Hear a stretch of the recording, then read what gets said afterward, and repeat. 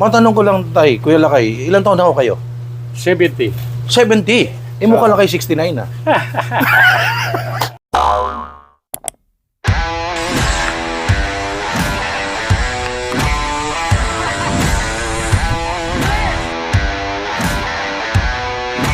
Are you ready?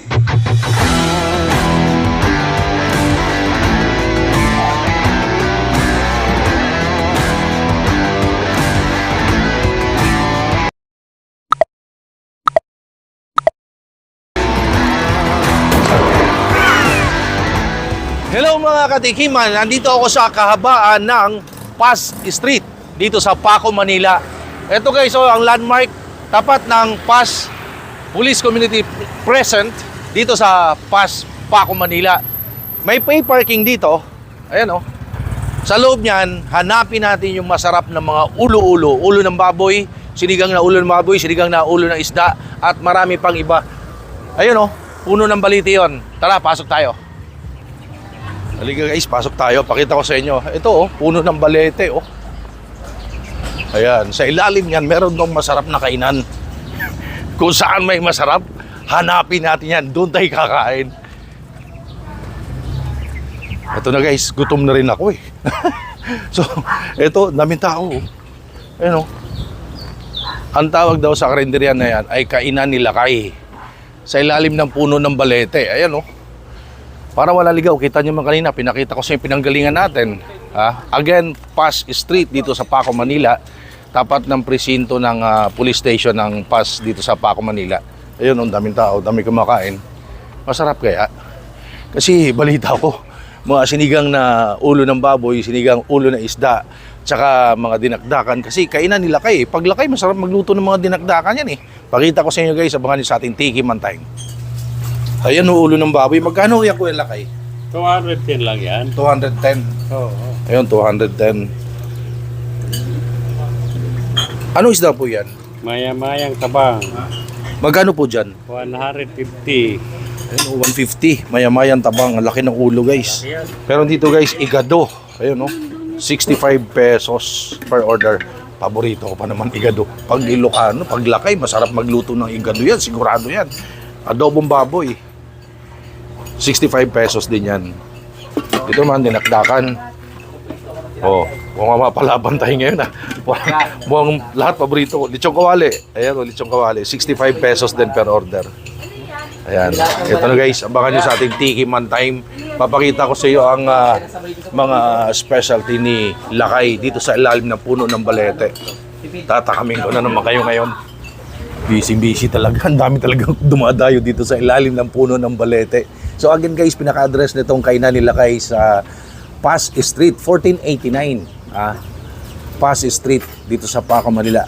Ang pinaka-landmark katapat ng Paz Police Station.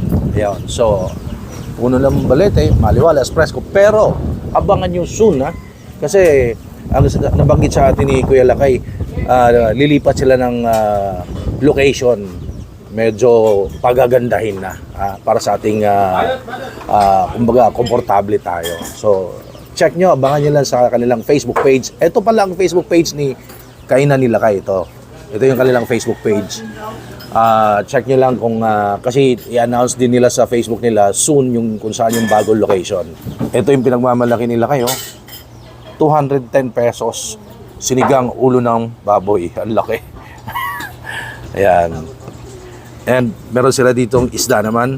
Sinigang na ulo ng maya-maya. 150 pesos. Pakita ko lang sa inyo Ano yun natin? Pakita gano'n lang kalaki. Oop.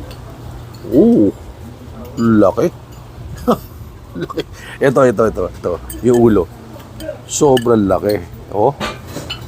210 po. Siguro mga pantatlong tao na ito. Ayan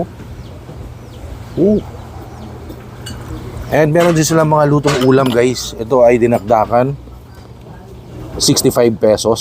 Dinakdakan nila. Meron silang itong igado. 65 pesos din per order. Halika, tikman na natin. Higop na tayo guys. Gato yan Wow. Pakita ko lang sa inyo Ang magkakalasa na. Sobrang lambot guys Nagkakalasa na. Again, ito ay 210 lang. Sabaw. Gusto ko sabaw na sana. Sabaw! Sile. Ayan, oh. Ang dami sile. Namulaklak sa sile. Tiki man time na.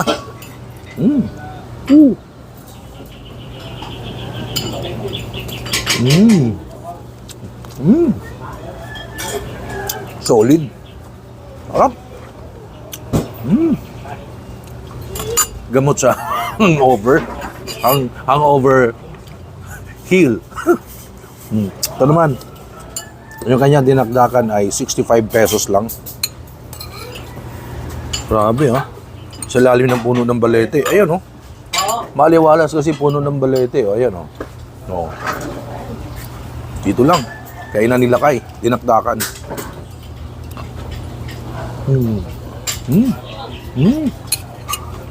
Sarap din dinakdakan, oh. Pwedeng ulam, pwedeng pulutan.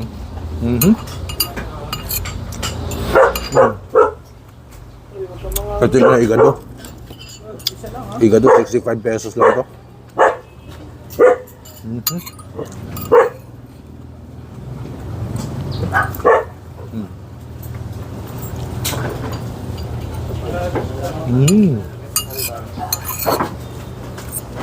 Parang dinala sa norte, ah. Sarap. This time, ito naman, ang sinigang na ulo ng maya-maya.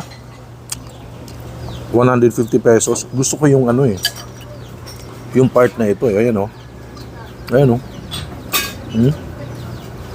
Ayan ang laman. Ayan ang laman. Diyan mo lagay ngayon yan. Lagyan natin ng toyo kalamansi sili. Lagyan natin ng sabaw. Ayan, oh. Nasaan ang sabaw? Ito ang sabaw. Andito pala sabaw. Naghahanap kasi ako ng sabaw, eh. Dito lang pala sa kainan nila kay Tiki Man Time. Sili, oh.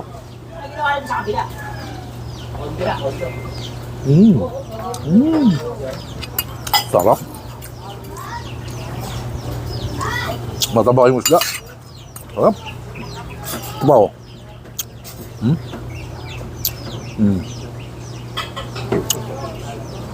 Umuga.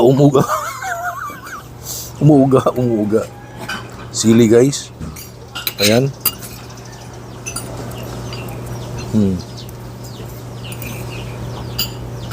Ayan, oh. Sili.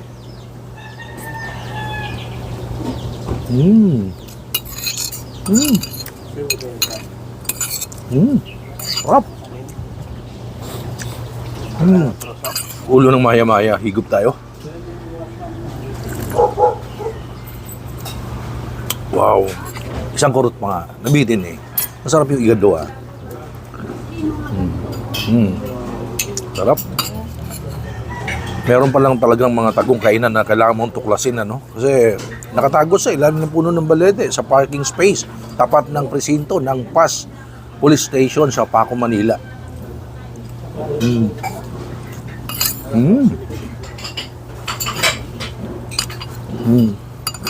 Ito pa. Ano kalambot, oh. Hindi na kailangan ng knife. Ayan, oh. Diyan. Punan natin ng sabaw. Tapos sili.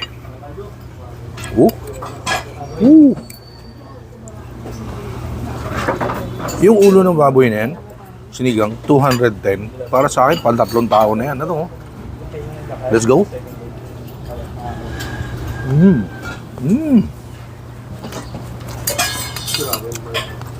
Yarap. So pinakita ko sa inyo ang mga talagang solid na ulo-ulo, ano? Mamili na lang kayo, ulo ng maya-maya na isda, ulo ng baboy. And meron din dito mga karinderya na ulam nila kay napaka-affordable. Punta kayo dito. And ngayon gusto ko magpasalamat, ha, sa kaibigan natin, Checkpoint Shoes, oh. Ganda kasi ng shoes ko, oh. Oh. So, thank you so much, Checkpoint Shoes. Kaibigan natin yan.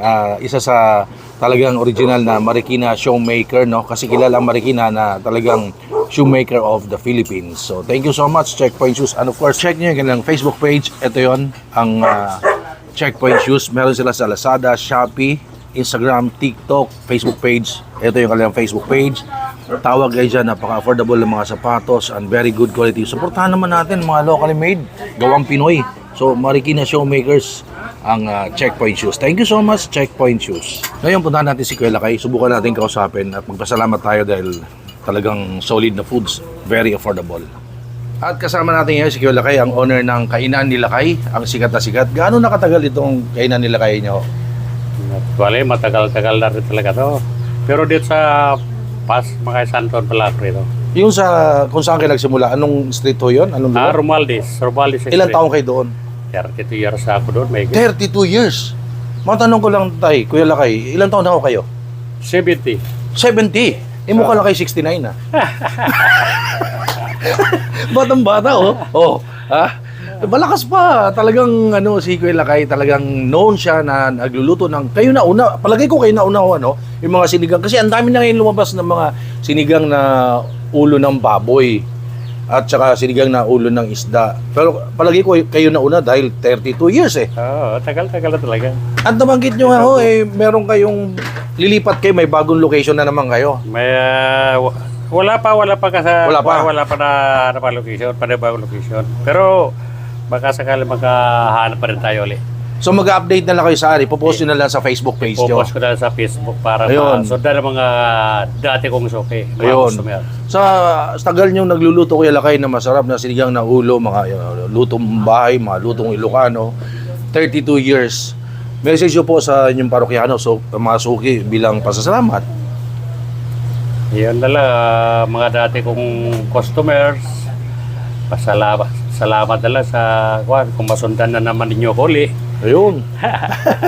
Kailangan sundan natin yan. Masarap yung ano niya. At saka palagay ko nga siya yung nauna mga kasi ang dami naglabas ng mga sinigang ulo ng baboy ngayon eh. Pero 32 years nagluluto si Kuya Lakay. Tagal na. Tagal na, no? So yun guys, abangan nyo na lang sa kanilang sige. Facebook page. Maraming salamat Kuya Lakay ha. Salamat na lang. Thank you po. Thank you. Thank you po. Mamamas ko po.